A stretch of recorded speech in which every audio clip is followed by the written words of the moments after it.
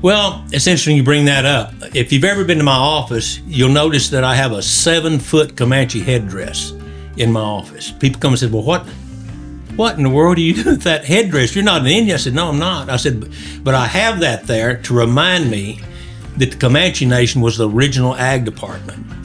And they practiced sustainable agriculture long before it was a buzzword. So we can learn a lot from how they took care of the land and the buffalo, and that's what we do at the Texas Department of Agriculture. We take care of the people, we take care of the land, we take care of the livestock. Well, I've taken some very strong stance on that. You know, I think the only statewide elected official that opposed the bullet train going through our finest farmland.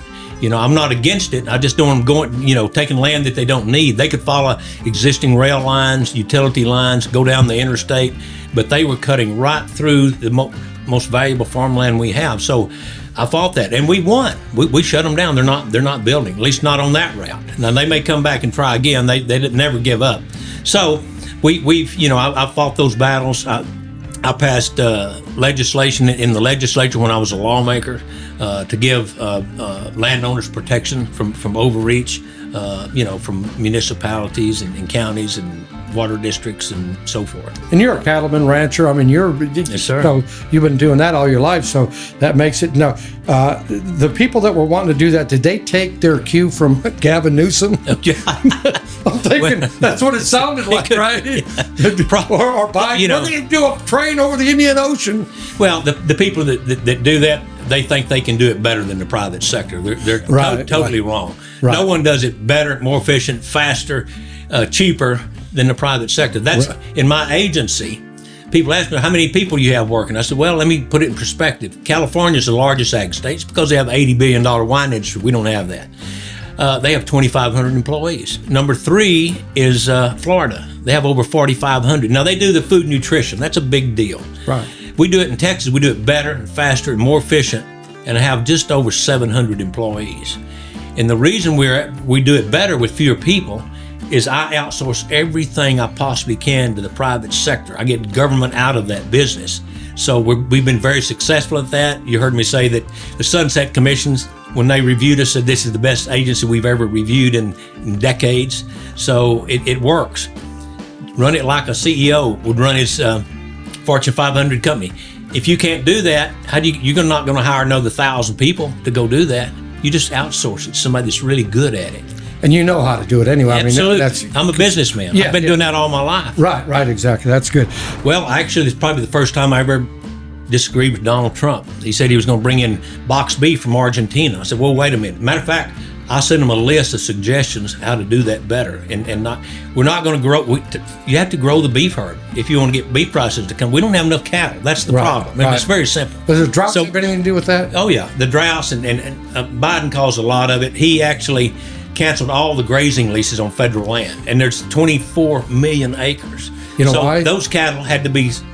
It was a drought. We didn't have a place to go with them, so they were sent to slaughter, which made our shortage bigger. Because you name him, he's Buyden. There you go. That's what I didn't mean to interrupt, but I just want to make that point. So I sent him some suggestions instead of bringing in foreign beef, which adds to our trade deficit, our agriculture trade deficit all time. We've never even had one. Right. But now we've got a $50 billion. We're going to buy more food than we export. That's dangerous when we're relying on a foreign country to feed us. So instead of doing that, here's what I suggest. I said, number one, let's open those federal lands to grazing. So we have a place to go with our mama cows in time of drought. Right. We can hold some heifers back. We got a place to put them. We have some grazing. So they took my advice.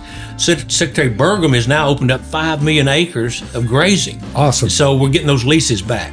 I said, you want to build the herd back? Give the cow man an incentive to rebuild his herd. Let's do a heifer retention tax credit.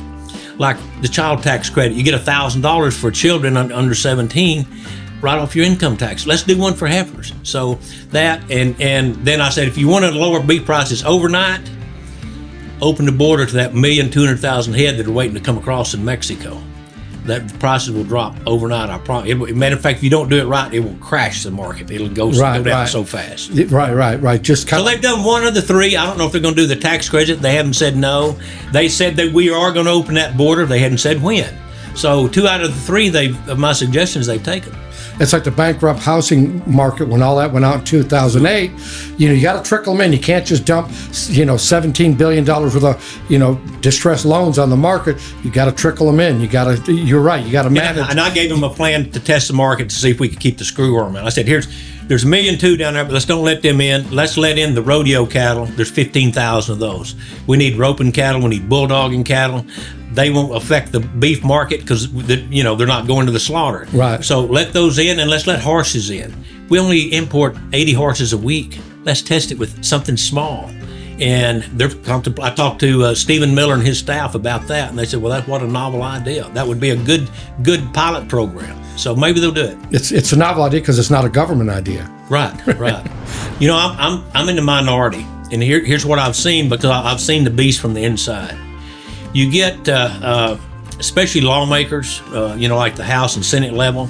They're there for 140 days every 2 years. They pass laws, they go home, and the bureaucrats don't do anything. They just wait them out. Right. I hope they'll get beat, and we don't implement it. So if you don't have some reputation, the bureaucrats run everything. They run everything anyway.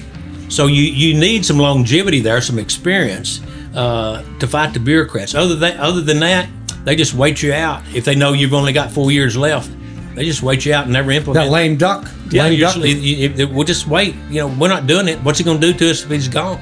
That's the problem with term limits. They don't really affect the beef industry, other than they get a lot of handouts, Right. from the food banks and things like that. But they really don't affect the market. Okay, I was just wondering if that NGI, I know that we got to get rid of 98% of them, right? Sure. But I was wondering if it did. They're more a factor on immigration than anything. Right.